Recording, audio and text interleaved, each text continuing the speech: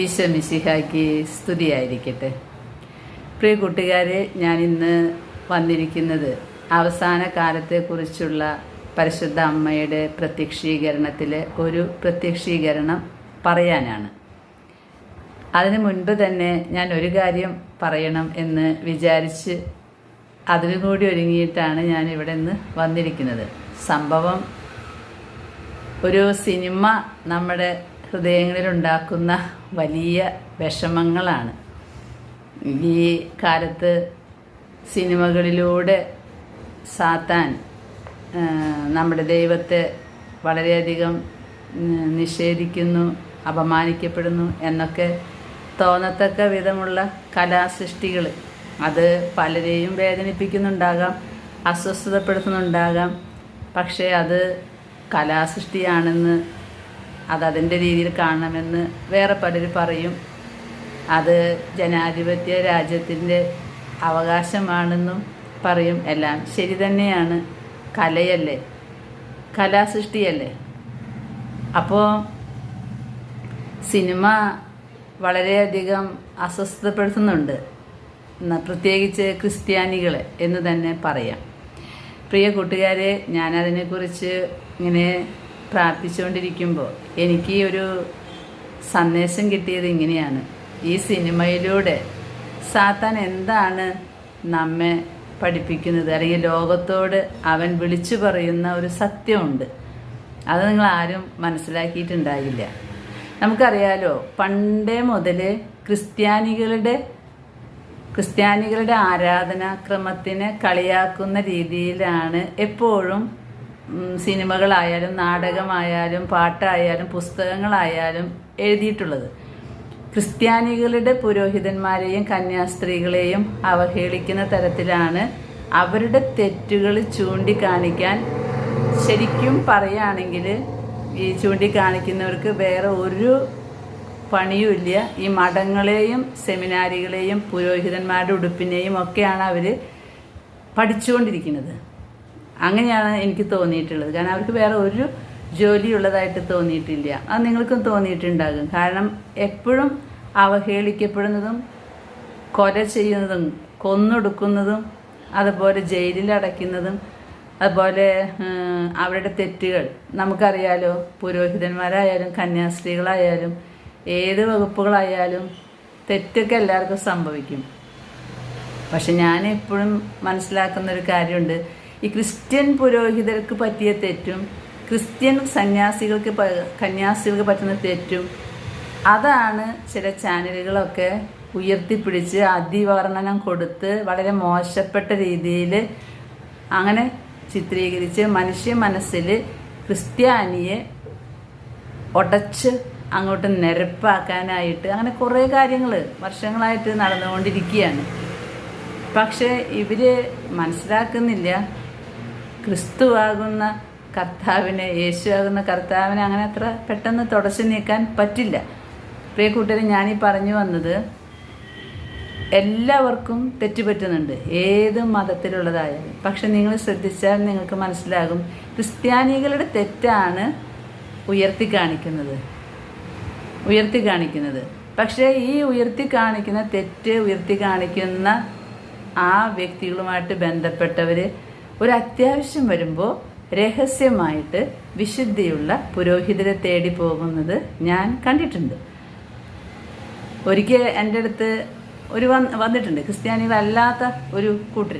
അവരുടെ മകന് മാനസികമായിട്ടൊരു പ്രശ്നം വന്നപ്പോൾ അവരെന്നോട് വന്ന് ചോദിച്ചത്, ചേച്ചിയുടെ അറിവിൽ ഇത് മാറ്റാൻ തക്ക കൃപയുള്ള ഏതെങ്കിലും അച്ഛന്മാരുണ്ടോ എന്നാണ് ചോദിച്ചത്.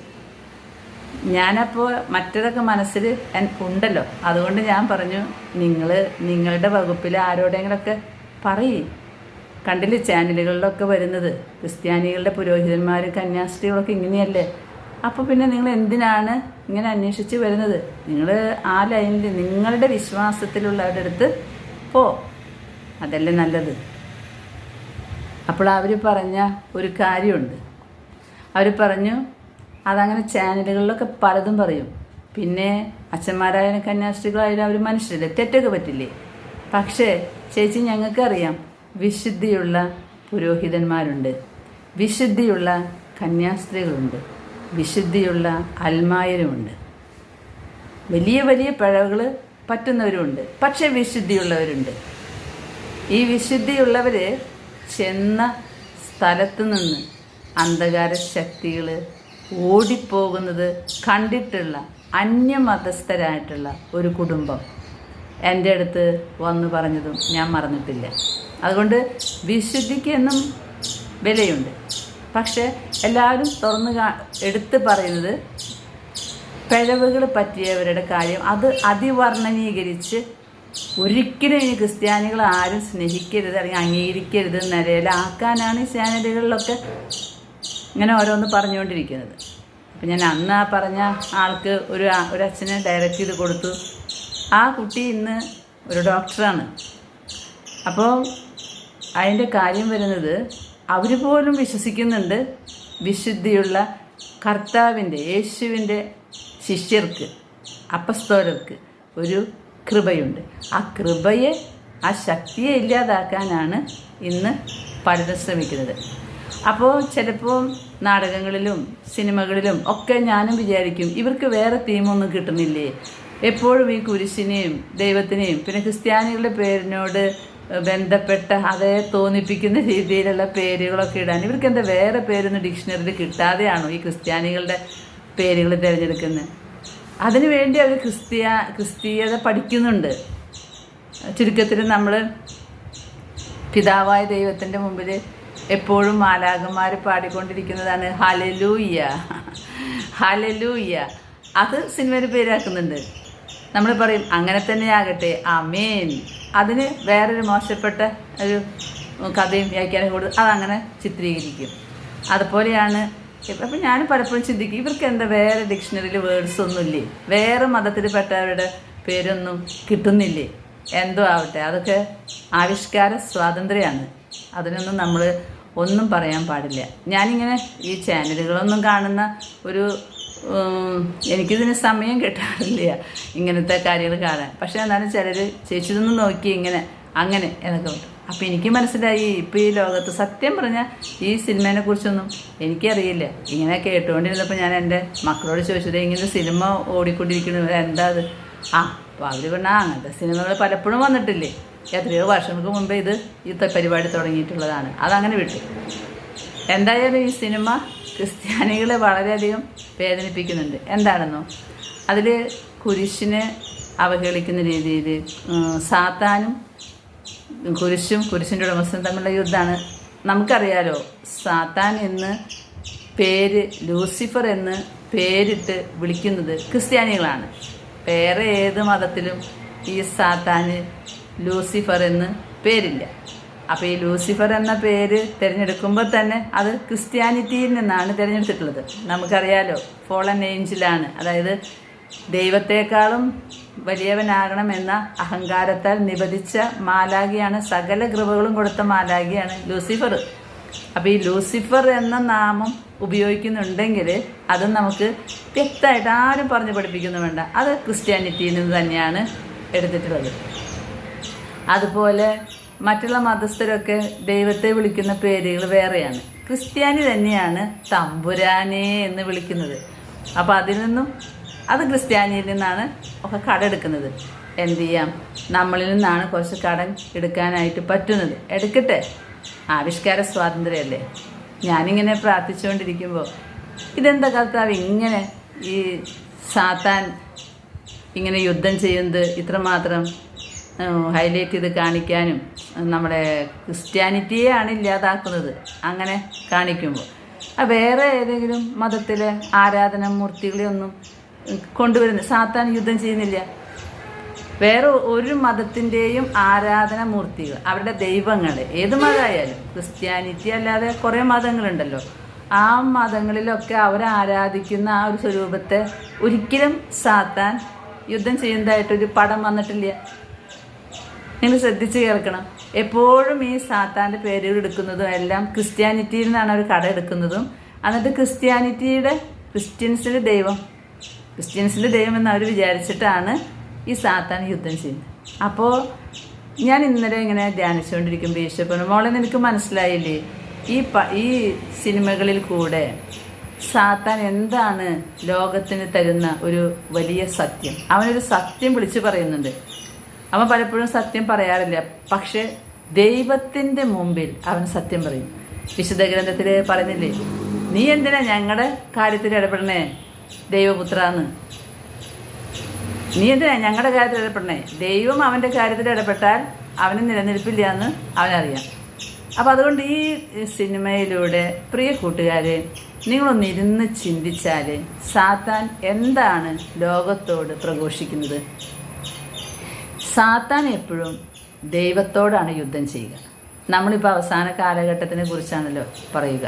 ഇതിലപ്പുറവും ഇനി കടന്നു വരും. സാത്താൻ ദൈവത്തോടാണ് യുദ്ധം ചെയ്യുക. അതാണ് നിങ്ങൾ ആദ്യം മനസ്സിലാക്കേണ്ടത്. സാത്താൻ ദൈവത്തോടെ യുദ്ധം ചെയ്യുള്ളൂ, മനുഷ്യരോട് യുദ്ധം ചെയ്യില്ല. മനുഷ്യരെ അവൻ്റെ ഗണത്തിൽ ചേർക്കുകയുള്ളൂ. ദൈവത്തോടാണ് അവന് ദേഷ്യം. കാരണം ദൈവമാണ് അവനെ പർദീസയിൽ നിന്ന് പുറത്താക്കിയത്. ദൈവത്തെപ്പോലെ ആവണം എന്നാണ് ലൂസിഫർ വിചാരിച്ചത്. അതുകൊണ്ട് അത് പറ്റാണ്ടായപ്പോൾ അവൻ എന്നും ദൈവത്തോട് പൊരുതിക്കൊണ്ടിരിക്കും. കിബുഹയിൽ ആ സെഗദാശി ചോദിച്ചില്ലേ, ഈ ലൂസിഫർ നിൻ്റെ അടുത്ത് മാനസാന്തരപ്പെട്ട് വന്നാൽ നീ അവനെ വീണ്ടെടുക്കുമോ എന്ന്. അപ്പോൾ ഈശോ പറഞ്ഞില്ലേ, പിന്നെ അവൻ ദൈവത്തിൻ്റെ മുമ്പിലൊന്ന് മുട്ടുമടക്കി തെറ്റിപ്പോയി ദൈവമേ എന്ന് പറഞ്ഞാൽ ആ നിമിഷം അവനെ ഞങ്ങളുടെ ഗണത്തിൽ ചേർക്കും. ഒരിക്കലും പറയില്ല അവന് എളിമപ്പെടാൻ പറ്റില്ല. അഹങ്കാരമാണ് അവൻ്റെ മുഖമുദ്ര. നിരാശയാണ് അവൻ്റെ ആയുധം. അവൻ മനുഷ്യരിൽ പ്രവേശിപ്പിക്കുന്ന 2 ആയുധങ്ങൾ, ഒന്ന് അഹങ്കാരം ആണ്, പിന്നെ കിട്ടിയില്ലെങ്കിൽ നിരാശ കൊടുക്കും. അങ്ങനെ അവൻ ആത്മാവിനെ നേടിയെടുക്കാം. അതുകൊണ്ട് അവൻ ഒരിക്കലും ദൈവത്തിൻ്റെ മുമ്പിൽ മുട്ടുമടക്കില്ല. അപ്പം ഞാൻ പറഞ്ഞു വന്നത്, ഈ സാത്താൻ ആരോടെ യുദ്ധം ചെയ്യുള്ളൂ? ദൈവത്തോടെ യുദ്ധം ചെയ്യുള്ളൂ. അവനിപ്പോൾ യുദ്ധം ചെയ്തുകൊണ്ടിരിക്കുന്നത് കുരിശ് തലകീഴാക്കി വയ്ക്കും, കുരിശുമ മറ്റത് വയ്ക്കും, മറിച്ചത് വയ്ക്കും, സാത്താൻ്റെ സിമ്പിൾസൊക്കെ കാണിക്കും. ക്രിസ്ത്യാനിറ്റിയിൽ സാത്താൻ്റെ മുദ്രയായിട്ട് നമ്മൾ കണക്കാക്കിയിട്ടുള്ള എല്ലാതും അവിടെ കാണിക്കും. അതായത് മുഴുവൻ ചുരുക്കി പറഞ്ഞാൽ ഡയറക്റ്റ്ലി അല്ലെങ്കിൽ ഇൻഡയറക്റ്റ്ലി ക്രിസ്ത്യാനിറ്റിയെയാണ് തിരഞ്ഞെടുത്തിട്ടുള്ളതെന്ന് അത് ഏത് ചെറിയ കുട്ടിക്ക് മനസ്സിലാകാവുന്നതേ ഉള്ളൂ. ഇതിനെ നമ്മൾ ഭയങ്കര ആവിഷ്കാര സ്വാതന്ത്ര്യമാണെന്നും വളരെ നല്ല നല്ല സെൻറ്റൻസുകളും ഒക്കെ വെച്ച് വളരെ നല്ല വ്യാഖ്യാനങ്ങളൊക്കെ കൊടുത്ത് അങ്ങനെ ഒരു രാഷ്ട്രീയ ചൊവ്വയിൽ നല്ല നല്ല പ്രസംഗങ്ങളൊക്കെ പറഞ്ഞ് അതിനെ മാറ്റാൻ എത്ര ശ്രമിച്ചാലും സിനിമയിൽ എന്താണ് കാണുന്നത്? സാത്താൻ കുരിശിനെതിരെ കുരിശിനെ അപമാനിക്കുന്നു. ആവിഷ്കാര സ്വാതന്ത്ര്യമാണ്, നടക്കട്ടെ, കുഴപ്പമില്ല. പക്ഷെ സത്യം തന്നെയാണ്, സാത്താൻ ലൂസിഫർ, ക്രിസ്ത്യാനിറ്റിയുടെ മതത്തിലുള്ള പേരാണ് അത്, ലൂസിഫർ. സാത്താൻ തമ്പുരാനെതിരെ കുരിശിന് തലകീഴാക്കി വെച്ച് അതിൽ സർപ്പം കാണിച്ചു, അല്ലെങ്കിൽ അങ്ങനെ കാണിച്ചു, ഇങ്ങനെ കാണിച്ചൊക്കെ സാത്താൻ യുദ്ധം ചെയ്യാണ്. സാത്താൻ ആരോടാണ് യുദ്ധം ചെയ്യുക? സാത്താൻ യഥാർത്ഥ ദൈവത്തോടെ യുദ്ധം ചെയ്യുള്ളൂ. അപ്പോൾ ഈ സിനിമകളിൽ കൂടി നാടകങ്ങളിൽ കൂടിയൊക്കെ എന്താണ് മനസ്സിലാകുന്നത്? സാത്താന് മറ്റു മതത്തിലത്തെ ദൈവങ്ങളൊന്നും വേണ്ട. കാരണം അതൊന്നും ദൈവമല്ല എന്ന് സാത്താൻ അറിയാം. സാത്താൻ സത്യദൈവത്തോടെ എതിർക്കുള്ളൂ. അവന് ദൈവത്തെ കാണുമ്പോഴാണ് കലി വരുന്നത്. അല്ലാതെ മറ്റൊരു ദൈവം മറിച്ചൊരു ദൈവം എന്ന് പറഞ്ഞാൽ അവൻ ആ മതങ്ങളെയൊന്നും ഉപദ്രവിക്കൊന്നുമില്ല. കാരണം അതങ്ങനെ ആരാധിച്ചോട്ടെ.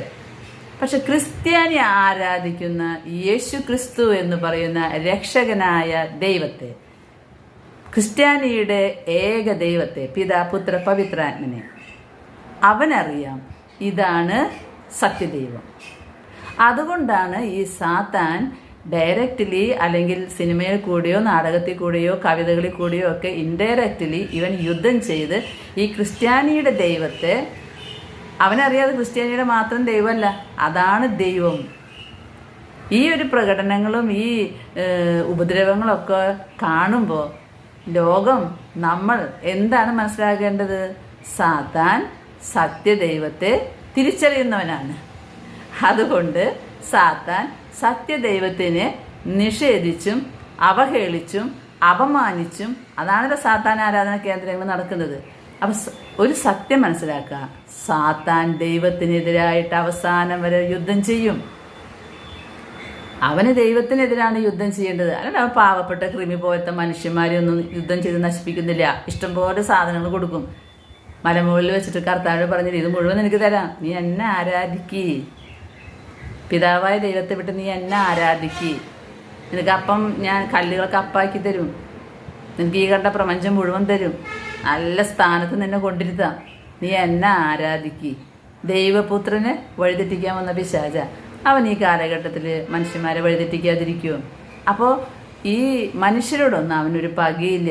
കാരണം അവൻ്റെ ഗണത്തിൽ അവരൊക്കെ വീണുകൊണ്ടിരിക്കുകയാണ്. മൊത്തം വീണ് കഴിഞ്ഞിട്ടുണ്ട് ഏകദേശമൊക്കെ. അവസാനം വരെ പിടിച്ചു നിൽക്കുന്ന രക്ഷ പ്രാപിക്കുക, അത് കുറച്ച് പേരുണ്ടാവുള്ളൂ എന്നല്ല പറയണത്. അപ്പോൾ ഈ സാത്താൻ എപ്പോഴും ദൈവത്തോടാണ് യുദ്ധം ചെയ്യുക. അത് നമ്മൾ മനസ്സിലാക്കിയാൽ മതി. ഈ സിനിമകളൊക്കെ എവിടെയൊക്കെ ആളുകളുടെ അടുത്തിൽ പോകുന്നുവോ അവിടെ കാണുമ്പോൾ ബുദ്ധിയുള്ളവർ സിനിമ കണ്ട് തിരിച്ചിറങ്ങുമ്പോൾ ബുദ്ധിയുണ്ടെങ്കിൽ ചിന്തിക്കും, ഈ സാത്താൻ എന്താ എപ്പോഴും ഈ കുരിശിനെ യേശു ക്രിസ്തുവിനെതിരെ യുദ്ധം ചെയ്യുന്നത്? അപ്പോൾ ഒരു ആൻസർ കിട്ടും. സാത്താന് ദൈവത്തെ തിരിച്ചറിയാം, മനുഷ്യൻ ചിലപ്പോൾ ദൈവത്തെ തിരിച്ചറിയില്ല, സാക്ഷാൽ ദൈവത്തെ. അതുകൊണ്ടല്ലേ മറ്റു പലതിനെയും ദൈവമാണെന്ന് പറഞ്ഞ് ആരാധിച്ചുകൊണ്ട് നടക്കുന്നത്. ഈ സാത്താൻ അങ്ങനെ തെറ്റില്ല. കാരണം ദൈവമാണ് അവനെ സൃഷ്ടിച്ചത്. എന്നിട്ടാണ് അവൻ അഹങ്കാരം കൊണ്ട് സാത്താനായി നിബന്ധിച്ചത്. ദൈവമാണ് അവനെ സാത്താനിൽ തള്ളിയിട്ടത്, അവൻ്റെ അഹങ്കാരം മൂലം. അപ്പം അവന് ദൈവത്തെ അറിയാം. അവനാണ് ദൈവത്തിൻ്റെ മുമ്പിൽ ആരാധിച്ചേർന്നവർ. വിശുദ്ധ മിഖായേലിൻ്റെയും റഫായേലിൻ്റെയും ഗബ്രിയേലിൻ്റെ ഒക്കെ ഒപ്പം നിന്ന് ആരാധിച്ചവനാണ്. അവനായിരുന്നു മുഖ്യ സ്ഥാനപതി. അതുകൊണ്ട് ഈ ലൂസിഫറിന് മാത്രമേ ദൈവത്തെ ശരിക്ക് തിരിച്ചറിയുള്ളൂ. അവൻ ദൈവത്തെ കണ്ടിട്ടുള്ളവനാ. അവന് തെറ്റുപറ്റില്ല. മറ്റു മതങ്ങളിലൊക്കെ നിങ്ങൾ അതും ഇതൊക്കെ ആരാധിച്ചോ, എനിക്കതൊന്നും വിഷയമല്ല. പക്ഷേ യേശു ക്രിസ്തു, ഈ കുരിശിൽ തൂങ്ങി മരിച്ചവൻ, അവനെ നിങ്ങൾ ആരാധിക്കുമ്പോൾ ഇവന് ഭയങ്കര വിഷമമുണ്ട്. കാരണം അത് സത്യദൈവമാണ്. അപ്പോൾ ഇങ്ങനെയുള്ള കഥകളികളോടൊക്കെ സാത്താൻ വിളിച്ചു പറയുന്നത്, എനിക്ക് ഈ കുരിശിനെ ദേഷ്യ, എനിക്ക് ഈ കുരിശിനെ ദേഷ്യ, ഞാനിവനെ വെറുക്കുന്നു, ഇവനാണ് ദൈവം. അപ്പം ഇൻഡയറക്റ്റ് സാത്താൻ പറയാണ്, മക്കളെ ക്രിസ്ത്യാനികളെ, നിങ്ങളുടെ ദൈവമാണ് ദൈവം. എന്നോട് പല ചെറുപ്പക്കാരും വിളിച്ച് ചോദിക്കുന്നുണ്ട്, അല്ലെങ്കിൽ നേരിൽ കണ്ടു വന്നിട്ട് പറഞ്ഞിട്ട്, ചേച്ചി എന്താ ഇതിൻ്റെയൊക്കെ അർത്ഥം? ഇതെന്താ ഇവന് ലൂസിഫറിന് ഈ കുരിശിനോട് ഇത്ര ദേഷ്യം, ഈ യേശു ക്രിസ്തുവിനോട് ഇത്രത്? എപ്പോഴും ക്രിസ്ത്യാനികളുടെ നിങ്ങളുടെ ദൈവത്തെയാണല്ലോ ഇങ്ങനെ അടിച്ചിരുത്തുന്നത്. അപ്പം ഞാൻ പറഞ്ഞു, നിനക്കത് മനസ്സിലായില്ലേ? ഞങ്ങളുടെ ദൈവമല്ല, ഇത് ലോകരക്ഷകനാ, കർത്താവായ യേശുവാണ് ദൈവം. അത് സാത്താന് തിരിച്ചറിയാം, ലൂസിഫറിന്. അതുകൊണ്ട് അവൻ ദൈവത്തിനെതിരെ യുദ്ധം ചെയ്യുന്നത്. അപ്പം ആ പയ്യൻ പറയാം, ആ അങ്ങനെയാണല്ലേ, അല്ലാണ്ട് പിന്നെ നിനക്ക് ദേഷ്യമുള്ളവരോടല്ലേ നീ യുദ്ധം ചെയ്യണേ? സാത്താന് ദേഷ്യം ദൈവത്തിനെയാ. ദൈവനിഷേധം, നിരീശ്വരത്വം, ഇതാണല്ലോ അവസാന കാലഘട്ടത്തിൽ അവൻ മനുഷ്യരുടെ ഇടയിൽ വിതയ്ക്കാനായിട്ട് ആഗ്രഹിക്കുന്നത്. അതുകൊണ്ട് കുരിശിനെ ആരാധിക്കുന്നവരെ അവൻ തച്ചുടച്ചുകൊണ്ടിരിക്കും. ആ വർഗം തന്നെ ഇല്ലാതാവണം. കുരിശിനെ ആരാധിക്കുന്നവൻ, കുരിശിൻ്റെ ഉടമസ്ഥനെ യേശു ക്രിസ്തുവിനെ ആരാധിക്കുന്നവരെ തച്ചുടയ്ക്കണം. അതല്ലെങ്കിൽ നമുക്ക് നോക്കിയാൽ മനസ്സിലാകാമല്ലോ. ഈ ക്രിസ്ത്യാനികളെയല്ലേ കുറേയധികം ജയിലുകളിലും നിരപരാധികളും ഒക്കെ അടയ്ക്കപ്പെടുന്നത്. അത് വടക്കൻ മേഖലകളിൽ നിങ്ങൾക്ക് കാണാമല്ലോ. ചെറിയ അതുപോലെ പുരോഹിതന്മാരെയല്ലേ അടിച്ചുകൊണ്ടിരിക്കുന്നത്. നമ്മുടെ സഭയുടെ ഉള്ളിൽ നടക്കുന്ന ശീഷ്മകൾ അതൊന്നല്ല ഞാൻ വിഷയമാക്കുന്നത്. പുറത്തുള്ളവർക്ക് ക്രിസ്ത്യാനികൾ കാണുമ്പോഴല്ലേ വെറുപ്പ്, ഭയങ്കര വെറുപ്പല്ലേ? അതെന്തുകൊണ്ടാണ്? ഈ സാക്ഷാൽ ദൈവത്തെ സാത്താൻ തിരിച്ചറിഞ്ഞിട്ടുണ്ട്. അതുകൊണ്ട് സാക്ഷാൽ ദൈവത്തെ ആരാധിക്കുന്നവരോട് അവന് ഭയങ്കര വെറുപ്പാണ്. പ്രിയ കൂട്ടുകാരെ, ഞാനിവിടെ നിർത്താണ്. ആ സാത്താൻ, ഈ ലൂസിഫർ വലിയൊരു സത്യമാണ് ലോകത്തോട് വിളിച്ചു പറഞ്ഞുകൊണ്ടിരിക്കണേ. എനിക്ക് ദൈവത്തെ വെറുപ്പാണ്, എനിക്ക് ദൈവത്തെ വെറുപ്പാണ്. അതുകൊണ്ടാണ് ഞാൻ ഈ കുരിശിനെ വെറുക്കുന്നത്. കാരണം അതാണ് സാക്ഷാൽ ദൈവം. ഇപ്പോൾ കാര്യം മനസ്സിലായല്ലോ. അതുകൊണ്ട് ശാന്തമാവുക, കർത്താവ് ദൈവമാണെന്നറിയുക. എന്തായാലും സാത്താനും ദൈവവുമായിട്ടുള്ള യുദ്ധത്തിൽ ദൈവം തന്നെയേ ജയിക്കുകയുള്ളൂ. പരിശുദ്ധ അമ്മ പറഞ്ഞില്ലേ, എൻ്റെ വിമല ഹൃദയം അന്തിമ വിജയം പ്രാപിക്കും. എന്തായാലും സൃഷ്ടാവിനേക്കാൾ ഉപരിയായിട്ട് സൃഷ്ടി വിജയം വരിക്കില്ല. എല്ലാം സൃഷ്ടിച്ചിട്ടുള്ളത് ദൈവമാണ്. ദൈവമില്ല എന്ന് പറയുന്നവർക്ക് ഇത് ശുദ്ധ ദോഷത്തായിട്ട് തോന്നും. അതായിക്കോട്ടെ, അതിന് തിരുത്താനൊന്നും നമ്മൾ നിൽക്കണ്ട. നമുക്ക് ഈ സമയത്ത് ചെയ്യേണ്ടത് ശക്തമായിട്ട് പ്രാർത്ഥിക്കുക, എളിമയുള്ള ജീവിതം നയിക്കുക. സാത്താന് തീരെ താല്പര്യമില്ലാത്തതാണ് എളിമയുള്ള ജീവിതം. പ്രിയ സഹോദരങ്ങളെ, ഇങ്ങനെയുള്ള കാര്യങ്ങൾ നമ്മുടെ പ്രാർത്ഥനയുടെ സമയം കട്ടെടുക്കും. ഇതൊക്കെ ചർച്ച ചെയ്ത് എവിടെയും എത്തില്ല. പരിശുദ്ധ അമ്മ പറഞ്ഞു, നിരന്തരമായിട്ട് പ്രാർത്ഥിക്കുക, ശക്തമായി പ്രാർത്ഥിക്കുക. നീ ദൈവത്തെ ആരാധിക്കുന്നുണ്ടെങ്കിൽ ദൈവം പറഞ്ഞതുപോലെ ജീവിതം മുന്നോട്ട് കൊണ്ടുപോവുക. പരിശുദ്ധ അമ്മ ഫാത്തിമയിൽ പ്രത്യക്ഷപ്പെടുന്നതിനേക്കാൾ കുറേ വർഷങ്ങൾക്ക് മുൻപ് കുറേ പ്രത്യക്ഷപ്പെടലുകൾ ഉണ്ടായിട്ടുണ്ട്.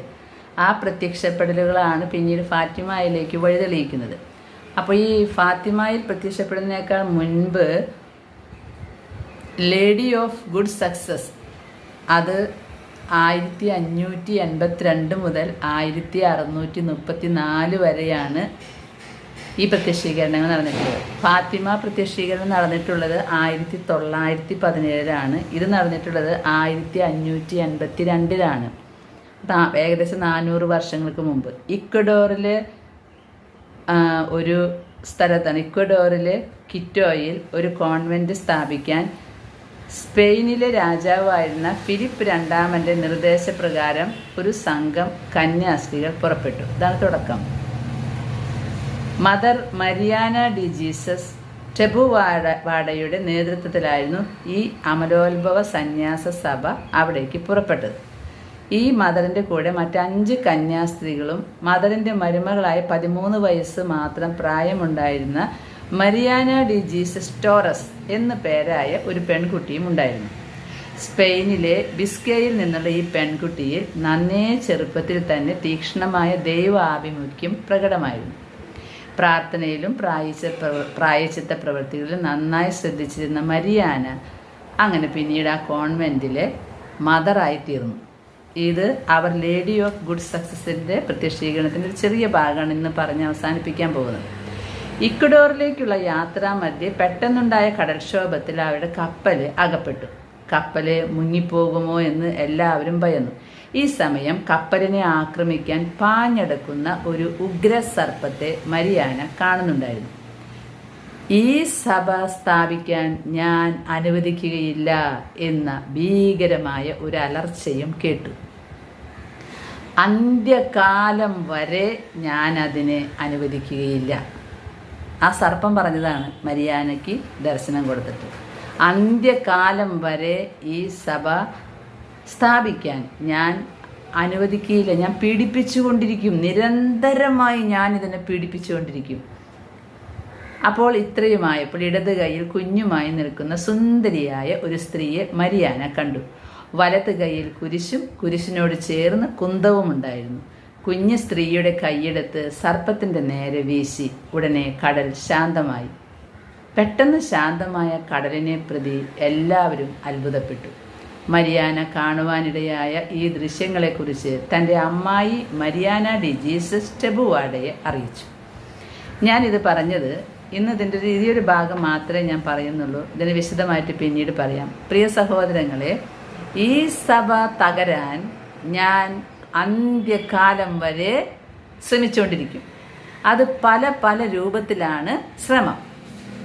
ഈ ശ്രമം കാണുമ്പോൾ സാധാരണ മനുഷ്യർ തെറ്റിദ്ധരിക്കും, ഇത് അങ്ങനെയല്ലേ ഇങ്ങനെയല്ലേ. പക്ഷെ അതിൻ്റെയൊക്കെ ഉള്ളിൽ കൂടെ പാവം മനുഷ്യരിതൊന്നും അറിയുന്നില്ല. ആർക്കും ആരെയും ദ്രോഹിക്കണമെന്നില്ല. സാത്താനാണ് കൗശലക്കാരൻ. അവന് പല വഴിക്ക് ഈ ദൈവത്തെ ഇല്ലാതാക്കണം. അതിനവൻ ശ്രമിച്ചുകൊണ്ടിരിക്കുക. അതാണ് ഇതിൻ്റെയൊക്കെ ഇത് നമ്മൾ ചിന്തിച്ചാൽ ഇതിൻ്റെയൊക്കെ കടന്നു വരവ് ഇങ്ങനെയാണ്. മനുഷ്യരൊന്നും അറിയുന്നില്ല. മനുഷ്യർക്കെല്ലാം കലാസൃഷ്ടിയല്ലേ. ഒരു മനുഷ്യർക്കും ഒരു ദൈവത്തെയും ഇല്ലാതാക്കണമെന്ന് ഇല്ല. അവരവരുടെ ദൈവത്തെ ആരാധിക്കും. മറ്റൊരു ദൈവത്തെ ആരാധിച്ചോട്ടെ. അത് ദൈവമല്ല എങ്കിലും അവർ ആരാധിക്കും, ദൈവത്തെ ആരാധിക്കുന്നു. പക്ഷെ സാത്താനാണ് കൗശലക്കാരൻ. ഇത് ഇന്നലെയും പറഞ്ഞതല്ല, 1582 നടന്ന കാര്യമാണ്. ഇത് എന്തുകൊണ്ടാണ് ഇത്ര നാളിത് ഈ പ്രത്യക്ഷീകരണങ്ങളൊന്നും വരാഞ്ഞതെന്നറിയോ? അതൊന്നും ആ കാലഘട്ടത്തിലേക്കുള്ളതായിരുന്നില്ല. ഇത് ഈ കാലഘട്ടത്തിലേക്ക് ഉള്ള സന്ദേശമാണ് 400 വർഷം മുമ്പ് പരിശുദ്ധ അമ്മ കാണിച്ചു കൊടുത്തത്. ഇപ്പം അതിൻ്റെ സമയമായി. അതുകൊണ്ടാണ് ഈ പ്രത്യക്ഷീകരണങ്ങളെക്കുറിച്ചൊക്കെ പറയാൻ പല വഴിക്ക് മാതാവും കർത്താവും സന്ദേശം തരുന്നത്. അപ്പോൾ നിങ്ങൾ ഓർക്കണം, പരിശുദ്ധ അമ്മയെയും സാക്ഷാൽ ദൈവത്തെയും എതിർക്കുന്നത് സാത്താൻ്റെ പണിയാണ്. കാരണം സാത്താൻ അറിയാം യേശുവാണ് ലോകരക്ഷകൻ, ക്രിസ്ത്യാനിയുടെ രക്ഷകനല്ല, ലോകരക്ഷകൻ, സത്യദൈവം യേശുവാണ്. അതുകൊണ്ട് സ്വർഗപിത, പുത്ര, പവിത്രാത്മ, ഏകദൈവം, ത്രിയേക ദൈവം. അപ്പോൾ ഈ ദൈവത്തെ ആണ് സാത്താന് ദേഷ്യം. അതുകൊണ്ട് ഈ ക്രിസ്ത്യാനിയുടെ നേർക്ക് അവൻ ആക്രമിക്കുകയുള്ളൂ. മറ്റുള്ളവരെ ഒന്നും അവന് ഒരു വിഷമവുമില്ല. നിങ്ങൾ ആരാധിച്ചോ എന്ന് പറയും. പക്ഷേ സാക്ഷാൽ ദൈവത്തിനെ ആരാധിക്കുന്നത് അവന് കണ്ടുകൂടാ. അതുകൊണ്ടാണ് സാത്താൻ ആരാധന കേന്ദ്രങ്ങളിൽ വാഴ്ത്തപ്പെട്ട തിരുവോസ്തി മോഷ്ടിച്ചെടുത്ത് കൊണ്ടുപോകുന്നത്. എന്തുകൊണ്ടാണ് മറ്റ് ആരാധനാലയങ്ങളിൽ ആരാധ്യ വസ്തുക്കളൊന്നും മോഷ്ടിച്ചെടുത്തിട്ട് സാത്താൻ ആരാധനക്കാർ കൊണ്ടുപോയിന്ന് നിങ്ങൾ കേട്ടിട്ടുണ്ടോ? ഞാൻ കേട്ടിട്ടില്ല. അവൻ കൊണ്ടുപോകുന്നത് മുഴുവൻ വാഴ്ത്തപ്പെട്ട തിരുവോസ്തി. അത് നമ്മുടെ പുരോഹിതന്മാർ വാഴ്ത്തിയ തിരുവോസ്തി വേണം. പാക്കറ്റായിട്ട് കടയിൽ നിന്ന് കിട്ടുന്നത് കൊടുത്തു കഴിഞ്ഞാൽ അവൻ മുഖത്ത് വലിച്ചെറിയും, അടിച്ചുവിടും. കാരണം അവനറിയാം ദൈവം ഏതിലാണ് ഇരിക്കുന്നതെന്ന്. ഈ സത്യം നിങ്ങൾ മനസ്സിലാക്കിയിട്ട് ശക്തമായിട്ട് നിങ്ങൾ പ്രാർത്ഥിക്കുക, എളിമയുള്ള ജീവിതം നയിക്കുക, എല്ലാവരെയും സ്നേഹിക്കുക, സാത്താനെ വെറുക്കുക. അത്രയാണ് ചെയ്യേണ്ടത്. മനുഷ്യരെ വെറുക്കരുത്. മനുഷ്യർക്കൊന്നും അറിയില്ല, സാത്താനാണ് അവരിൽ പ്രവർത്തിക്കുന്നതെന്ന് പാവം മനുഷ്യർക്ക് അറിഞ്ഞുകൂടാ. നിങ്ങൾ ഇത്രയും ചിന്തിച്ചാൽ മതി. സാത്താൻ ദൈവത്തോടാണ് പൊരുതുക, സാത്താന് ദൈവത്തെ തിരിച്ചറിയാം. അപ്പോൾ മറ്റൊന്നും ദൈവമല്ല, ക്രിസ്ത്യാനിയുടെ ദൈവം യേശു എന്ന ഏകരക്ഷകൻ, അവനാണ് ദൈവമെന്ന് സാത്താൻ തിരിച്ചറിഞ്ഞിട്ടുണ്ട്. അതുകൊണ്ടാണ് നമ്മൾ ക്രിസ്ത്യാനികളെ അവനിങ്ങനെ പീഡിപ്പിക്കുന്നത്. ദൈവത്തിൻ്റെതായ ആളുകൾ അവന് തീരെ ഇഷ്ടമില്ല. അതുകൊണ്ട് കുറേ കാലം പിന്നെ ദൈവത്തിൻ്റെ ആളുകൾ ചെയ്യുന്ന തെറ്റുകളൊക്കെ പൊക്കി പിടിച്ച് പറയും ചാനലുകാർ. ഒരു പരിധി വരെ അത് നല്ലതാ. അവരെന്താ പറയണമെന്നറിയോ? നിങ്ങൾ ക്രിസ്ത്യാനികൾ കള്ളത്തരം കാണിക്കരുത്, നിങ്ങൾ ക്രിസ്ത്യാനികൾ അഭിഷിക്തരെ നിങ്ങൾ കള്ളത്തരം കാണിക്കരുത്, ഇതൊക്കെയാണ് അവർ പറയണേ. കാരണം അവർക്കും അറിയാം യഥാർത്ഥ ദൈവം യേശുവാണ്. യേശുവിൻ്റെ പിൻഗാമികൾ തെറ്റ് ചെയ്യാൻ പാടില്ല എന്ന്. അതാണ് ഈ ചാനലുകാർ ഇങ്ങനെ പറഞ്ഞുകൊണ്ടിരിക്കുന്നത്. അപ്പോൾ നമ്മൾ എന്ത് ചെയ്യണം? നമ്മൾ തെറ്റ് ചെയ്തിട്ടുണ്ടെങ്കിൽ നമ്മൾ തിരുത്തണം, നമ്മൾ എളിമയുള്ളവരാകണം. നമ്മൾ തെറ്റ് ചെയ്യാൻ പാടില്ല, നമ്മൾ ദൈവത്തിൻ്റെ മക്കളല്ലേ. അതുകൊണ്ട് ഈ ചാനലുകാർക്ക് ദേഷ്യം വരണേ. സാക്ഷാൽ ദൈവത്തിൻ്റെ മക്കൾ എന്താ അങ്ങനെ തെറ്റ് ചെയ്യണേ? അതുകൊണ്ടാണ് അവർ നമ്മുടെ തെറ്റ് ചൂണ്ടിക്കാണിക്കുന്നത്. ഈ ഫ്രാൻസിസ് അസീസി ലയോ ബ്രദറുമായിട്ട് നടന്നു പോകുമ്പോൾ ഒരിക്കൽ പാടത്ത് കൂടെ പോകുമ്പോൾ പാടത്ത് ജോലി ചെയ്തായിരുന്ന ഒരു മനുഷ്യൻ തോർത്തുമുണ്ടെടുത്ത് കയറി വന്നിട്ട് പറഞ്ഞു, ആ ഫ്രാൻസിസ്, നീ വലിയ വിശുദ്ധനൊക്കെയാന്ന് വിചാരിക്കണേ, നീ എങ്ങാനും വരെ തെറ്റ് ചെയ്തിട്ടുണ്ടെങ്കിലുണ്ടല്ലോ, അപ്പം ഞാൻ കാണിച്ചു തരാം. അങ്ങനെ കുറെ ഷൗട്ട് ചെയ്തു. ഫ്രാൻസിസ് നോക്കിയപ്പോൾ വിശുദ്ധനെ. അപ്പം ബ്രദർ ചോദിച്ചു, ഗുരു ഞാൻ അവന് കൊടുക്കട്ടെ? ശരിക്ക് എൻ്റെ ഗുരുവിനെ കുറിച്ച് അവൻ എന്താ പറഞ്ഞേ? അപ്പം ഫ്രാൻസിസ് അസീസി പറഞ്ഞ്, എൻ്റെ ദൈവം തോർത്തുമുണ്ടെടുത്തിട്ട് എന്നെ തിരുത്തിയതാ തെറ്റ് ചെയ്യാതിരിക്കാൻ. അതായത് ദൈവത്തിൻ്റെ വിശുദ്ധൻ തെറ്റ് ചെയ്യാൻ പാടില്ല. അതുകൊണ്ട് ദൈവം തോർത്തുമുണ്ടെടുത്തിട്ട് എന്നെ വന്ന് ശിക്ഷണം തന്നതാ, ഒന്ന് ഉപദേശിച്ചതാ. ഇത് തന്നെയാണ് സഹോദരങ്ങളെ നമ്മുടെ സഭയിൽ ആർക്കെങ്കിലും തെറ്റ് പറ്റുമ്പോൾ ചാനലുകാരെ ഉയർത്തിപ്പിടിക്കുമ്പോൾ നമ്മൾ ചിന്തിക്കേണ്ടത്, ക്രിസ്ത്യാനിക്ക് തെറ്റ് പറ്റാൻ പാടില്ല, അവൻ എളിമയുള്ളവനാകണം. കാരണം ക്രിസ്ത്യാനിയുടെ ദൈവം ലോകത്തിൻ്റെ ദൈവമാണ്. സാക്ഷാൽ ദൈവം എളിമയാണ് നമ്മെ പഠിപ്പിച്ചിട്ടുള്ളത്, വിശുദ്ധിയിൽ ജീവിക്കാനാണ് പറഞ്ഞിട്ടുള്ളത്, ദൈവകൽപ്പനകൾ പാലിക്കാനാണ് പറഞ്ഞിട്ടുള്ളത്. അത് പാലിച്ചില്ലെങ്കിൽ ചാനലുകാരിങ്ങനെ പറഞ്ഞുകൊണ്ടിരിക്കും, നിങ്ങൾ ക്രിസ്ത്യാനികളെ നിങ്ങൾ തെറ്റ് ചെയ്യല്ലേ. ഇതുപോലെ ക്രിസ്ത്യാനികളെ തിരിച്ചറിഞ്ഞിട്ടുള്ള പല കാര്യങ്ങളും എനിക്കറിയാം. ഒരു ട്രെയിനിൽ യാത്ര ചെയ്യുമ്പോൾ ഒരു മനുഷ്യൻ, നമ്മൾ കേട്ടിട്ടുണ്ടാവും, പാല് കുടിക്കുന്ന കുഞ്ഞുമായിട്ട് അമ്മ വന്നിട്ടുണ്ട്, അമ്മയ്ക്ക് പാല് കൊടുക്കാനൊരു ആ കുട്ടിക്ക് സ്ഥലമില്ല, ഒറ്റ ആളെ സ്ഥലം ഒഴിഞ്ഞു കൊടുക്കണില്ല. അപ്പോൾ പുസ്തകം വായിച്ചുകൊണ്ടിരുന്ന ഒരു മനുഷ്യൻ പറഞ്ഞു, ഇവിടെ ഇരുന്നോ എന്ന് പറഞ്ഞിട്ട് മാറിക്കൊടുത്തു എന്നാണ് പറയണത്. അത് ട്രെയിനിൽ പലപ്പോഴും ഞാൻ ഇങ്ങനത്തെ കാര്യങ്ങൾ കാണാറുണ്ട്. മാറിക്കൊടുത്തു. അപ്പോൾ ആ മകൾ ചോദിച്ച കാര്യമുണ്ട്, ആർ യു എ ക്രിസ്ത്യൻ? ഇതാണ് ചോദിച്ചത്. കാരണം ക്രിസ്ത്യാനിയിൽ നിന്നാണ് അവർ ഇങ്ങനത്തെയൊക്കെ പ്രതീക്ഷിക്കുന്നത്. അപ്പോൾ ഇങ്ങനത്തെ കാര്യങ്ങൾ, നല്ല കാര്യങ്ങൾ ക്രിസ്ത്യാനികളിൽ നിന്നും ക്രിസ്ത്യാനി സമർപ്പിതരിൽ നിന്നൊക്കെ അവർ പ്രതീക്ഷിച്ചിട്ടുണ്ടാവും. അത് കിട്ടാതാവുമ്പോൾ അവർ പ്രതികരിക്കേണ്ട. നിങ്ങൾ ഇങ്ങനെയല്ല പ്രതികരിക്കേണ്ടത്. നിങ്ങളാണ് സാക്ഷാൽ ദൈവത്തിനെ ദൈവമായിട്ട് അംഗീകരിക്കുന്ന ആളുകൾ. അതുകൊണ്ട് നിങ്ങൾ നന്നായി ജീവിക്കുക. അതാണ് പറയുന്നത്. എന്നോട് പലരും ചോദിച്ചിട്ടുണ്ട്, ഞാൻ അറിയില്ലാത്ത ആളുകൾക്ക് ഞാൻ അവരുടെ കാര്യങ്ങളിൽ ഇടപെടുമ്പോൾ, ചേച്ചി ഏതാ വകുപ്പ്? ഞാൻ വകുപ്പൊന്നുമില്ല, ദൈവത്തിൻ്റെ വകുപ്പ് തന്നെ. എനിക്ക് ആവശ്യമില്ലാത്ത കാര്യങ്ങളിലാണ് ഇടപെടാറുള്ളത്. അത് ക്രിസ്ത്യാനിക്കേ കഴിയുള്ളൂ, ക്രിസ്തുവിനെ അനുഗമിക്കുന്നവർക്ക്. ആ സത്യം മനസ്സിലാക്കിയാൽ മതി. അതുകൊണ്ട് ഒട്ടും വിഷമിക്കണ്ട. നമ്മുടെ പ്രാർത്ഥന ശക്തിപ്പെടുത്തേണ്ട സമയം കേട്ടോ. നമ്മൾ പ്രാർത്ഥിച്ചാൽ മതി, വേറെ ഒന്നുമല്ല. നമുക്ക് സാത്താനെതിരാണ് യുദ്ധം ചെയ്യേണ്ടത്, മനുഷ്യർക്കെതിരെയല്ല. സാത്താൻ്റെ അടയാളങ്ങളും സാത്താൻ്റെ പ്രവർത്തനങ്ങളും ഒക്കെ നമ്മൾ മനസ്സിലാക്കി വരുന്നില്ലേ? ഇനിയും പറയാൻ പോകുന്നത് ഇങ്ങനത്തെ കാര്യങ്ങൾ തന്നെയാണ്. അപ്പോൾ തിരിച്ചറിവുണ്ടായാൽ മതി. അന്ത്യകാലത്തേക്ക് വേണ്ടി നമ്മൾ വിശുദ്ധ ജീവിതം നയിച്ച് ശക്തമായി പ്രാർത്ഥിക്കണം. പരിശുദ്ധ അമ്മ എന്താണ് പറഞ്ഞതെന്നറിയോ? ഈ പ്രത്യക്ഷീകരണത്തിൽ കുരിശിന് താഴെ നിന്ന പരിശുദ്ധ അമ്മ അവർ കണ്ടു. ആ സമയത്ത് 19-ാം വയസ്സിലാണ് ഒരു ദർശനത്തിൽ കാണുന്നത്. 3 വാളുകൾ ഈശോയുടെ ശിരസിന് മീതെ വന്ന് നിൽക്കുന്നത് കണ്ടു ഈ മരിയാന. ഓരോ വാളിന്മേലും എഴുതി വെച്ചിട്ടുള്ളത് നിങ്ങൾ ശ്രദ്ധിക്കണം. ഒരു വാളിന്മേ ദൈവനിന്ദയെ ഞാൻ ശിക്ഷിക്കും, പിന്നെ ദൈവദൂഷണത്തെ ഞാൻ ശിക്ഷിക്കും, അശുദ്ധിയെ ഞാൻ ശിക്ഷിക്കും. മനസ്സിലായ? 3 കാര്യങ്ങളാണ് എഴുതി വെച്ചത്. ദൈവനിന്ദയെ ഞാൻ ശിക്ഷിക്കും, ദൈവദൂഷണത്തെ ഞാൻ ശിക്ഷിക്കും, അശുദ്ധിയെ ഞാൻ ശിക്ഷിക്കും. ഇതാണ് സാത്താൻ ഇപ്പം ചെയ്തുകൊണ്ടിരിക്കുന്നത്. ദൈവത്തിനെ നിന്ദിപ്പിക്കുക, ദൈവത്തെ ദൂഷിപ്പിക്കുക, അശുദ്ധിയിലേക്ക് വച്ചു കൊണ്ടുവരാം മനുഷ്യനെ. ദൈവമില്ല എന്ന് പറഞ്ഞാലല്ലേ മനുഷ്യർ പാപം ചെയ്യുള്ളൂ. ദൈവമില്ലല്ലോ, ഇനി ചോദിക്കാൻ ആരുമില്ലല്ലോ, എന്തും ചെയ്യാം. അങ്ങനെയല്ലേ അവനെ അശുദ്ധിയിലേക്ക് അവനെ വീഴ്ത്താൻ പറ്റുള്ളൂ. ഇതാണ് സാത്താൻ്റെ തന്ത്രം. അത് തന്നെയല്ലേ ഹവ്വയോട് പറഞ്ഞ, ഈ പഴം തിന്നോ നീ ദൈവത്തെ പോലെയാവും. ആ പെണ്ണ് വേഗം വീണില്ലേ? ഹവ്വ എന്ന ആദ്യത്തെ സ്ത്രീ വേഗം വീണില്ലേ? നമ്മുടെ ആദ്യത്തെ അമ്മ. പിന്നെയല്ലേ ജീവന്റെ അമ്മ ഹവ്വ, 2ാം ഹവ്വ വന്നത് നമ്മെ രക്ഷിക്കാൻ പിതാവായ ദൈവം അയച്ചതാണ് പരിശുദ്ധ അമ്മയെ, സൃഷ്ടിച്ചതാണ് പരിശുദ്ധ അമ്മയെ. ആ അമ്മയിലൂടെയാണല്ലോ സാക്ഷാൽ രക്ഷകൻ വന്നത്. അപ്പം അതുകൊണ്ട് ഈ 3 കാര്യങ്ങളെ ദൈവം ശിക്ഷിക്കും. സാത്താൻ്റെ ലക്ഷ്യം എന്താ? മനുഷ്യന് ദൈവം ശിക്ഷിച്ച് തള്ളണം. അപ്പം അവൻ്റെ ഗണത്തിലേക്ക് നമ്മൾ കിട്ടും.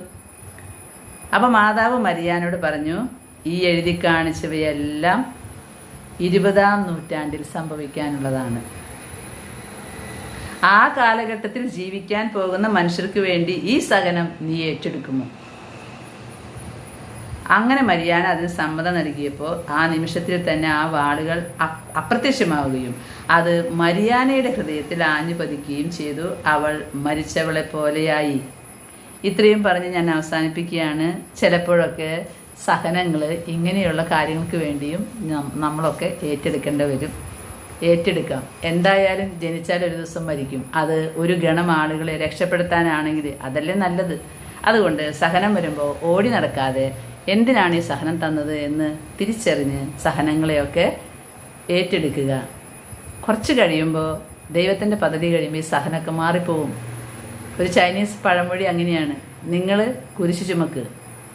ഒരു പരിധി വരെ കുരിശ് ചുമന്ന് കഴിയുമ്പോൾ കുരിശ് നിങ്ങളെ ചുമന്ന് പൊക്കോളും. പിന്നെ പ്രശ്നമില്ല. കുരിശ് പോകുന്നത് വാഗ്ദാന ദേശത്തേക്കാണ്, സ്വർഗരാജ്യത്തിലേക്കാണ്. പ്രിയ കൂട്ടുകാരെ, ഞാനിവിടെ അവസാനിപ്പിക്കുകയാണ്. അതുകൊണ്ട് ഒരു സിനിമയോ ഒരു നാടകമോ ഒരു കവിതയോ ഒരു പാട്ടോ ഒക്കെ വരുമ്പോൾ നിങ്ങൾ മനസ്സിലാക്കിയാൽ മതി, സാത്താൻ ദൈവത്തെ തിരിച്ചറിഞ്ഞവനാണ്. അവൻ ദൈവത്തിനെതിരായിട്ടേ യുദ്ധം ചെയ്യൂ. അവൻ യേശുവിനെതിരായി മാത്രമേ യുദ്ധം ചെയ്യൂ. കാരണം അവനറിയാം യേശുവാണ് സാക്ഷാൽ ദൈവം. മറ്റുള്ള മതങ്ങളിലേക്കൊന്നും അവനൊരു ദേഷ്യമില്ല, ഒരു കോപവുമില്ല. മറ്റുള്ള മനുഷ്യരൊന്നും അവന് ഒരു വൈരാഗ്യമില്ല. ക്രിസ്ത്യാനികളോടാണ് വൈരാഗ്യം. എന്തുകൊണ്ടാണ്? ദൈവത്തെയാണ് അവന് ഇല്ലാണ്ടാക്കേണ്ടത്. അതുകൊണ്ട് അവനിങ്ങനെ പ്രവർത്തിച്ചുകൊണ്ടിരിക്കും, നമ്മൾ പ്രാർത്ഥിച്ചുകൊണ്ടിരിക്കും. പരിശുദ്ധ അമ്മ അതല്ലേ പറഞ്ഞത്, പലതും നടക്കട്ടെ, നമ്മുടെ സമയം വേസ്റ്റാക്കി കളയാതെ സഹിക്കുക, ക്ഷമിക്കുക, പ്രാർത്ഥിക്കുക, പരിശുദ്ധ കുർബാനയിൽ എല്ലാം സമർപ്പിക്കുക, പരിശുദ്ധ ജപമാല മുറുകെ പിടിക്കുക, എന്നിട്ട് മരിക്കാൻ തയ്യാറായി നിൽക്കുക. ജീവിതം വിശുദ്ധിയോടുകൂടി ജീവിച്ചിട്ട് എപ്പോൾ വേണമെങ്കിൽ മരിക്കാൻ തയ്യാറായി നിൽക്കുക. ദൈവത്തിന് വേണ്ടി മരിക്കണം. എന്തായാലും ഒരു ദിവസം മരിക്കും. അത് ദൈവത്തിന് വേണ്ടി മരിക്കണം. വെറുതെ ഒരു വിലയില്ലാതെ പട്ടികളെ പോലെ തല്ലുകൊണ്ട് ചാവാനല്ല പറഞ്ഞത്. എൻ്റെ ദൈവത്തിന് വേണ്ടി ഞാൻ മരിക്കും. ആ ഒരു ചിന്ത വേണം. എൻ്റെ ദൈവത്തിൻ്റെ അമ്മ പറഞ്ഞതുപോലെ ഞാൻ പ്രാർത്ഥിക്കും, ഞാൻ സഹിക്കും. എന്നിട്ട് ഞാൻ എന്തിനു വേണ്ടിയാണോ ഈശോ ആഗ്രഹിക്കുന്നത് അതിനു വേണ്ടി അത് കാഴ്ചവെക്കും. എന്നാലേ സ്വർഗസ്ഥനായ പിതാവ് ചെല്ലുന്ന പ്രാർത്ഥനയിലെ വരികൾ യാഥാർത്ഥ്യമാകും, അർത്ഥവത്താകും. സ്വർഗത്തിലെ പോലെ ഭൂമിയിലുമാകണം. ദൈവത്തോടൊത്ത് വസിക്കണം. ദൈവരാജ്യം ഭൂമിയിൽ വരണം. അതുകൊണ്ട് സാത്താനെ പേടിക്കേണ്ട. അവൻ പറയുന്ന സത്യത്തെ ഓർത്ത് സന്തോഷിക്കുക. യേശുവാണ് ദൈവം, സാക്ഷാൽ ദൈവം യേശുവാണ്. അതുകൊണ്ടാണ് ഞാൻ ഈ ദൈവത്തെ, ഈ യേശുവിനെ ഇല്ലായ്മ ചെയ്യാൻ നോക്കുന്നത്. ഇപ്പം മനസ്സിലായല്ലോ, ആരാണ് ദൈവം? യേശുവാണ് ദൈവം. ലോകരക്ഷകൻ ആരാണ്? യേശുവാണ്. അത് സാത്താൻ തിരിച്ചറിഞ്ഞു. അത്രയേ ഉള്ളൂ. ദൈവം നമ്മെ അനുഗ്രഹിക്കട്ടെ, എല്ലാത്തിനും നമ്മെ ശക്തിപ്പെടുത്തട്ടെ. എല്ലാവരെയും സ്നേഹിക്കുക, ആരെയും വെറുക്കരുത്, ഒരു മനുഷ്യനെ പോലും വെറുക്കരുത്. മനുഷ്യർ ഒരിക്കലും ദൈവത്തിനെതിരെ യുദ്ധം ചെയ്യുന്നില്ല. സാത്താനാണ് അവരിലൂടെ യുദ്ധം ചെയ്യുന്നത്. സാത്താനെ ഇല്ലായ്മ ചെയ്യാൻ അതിനെതിരെ ശക്തമായ ആയുധങ്ങളാണ് വിശുദ്ധ കുരിശ്, സഹനം, ക്ഷമ, എളിമ, പ്രാർത്ഥന, പ്രായശ്ചിത്തം, പരിഹാരം. പരിശുദ്ധ കുർബാനയിലൂടെ ഇതെല്ലാം സമർപ്പിക്കാം. ദൈവം നമ്മെ അനുഗ്രഹിക്കട്ടെ. ആമേൻ.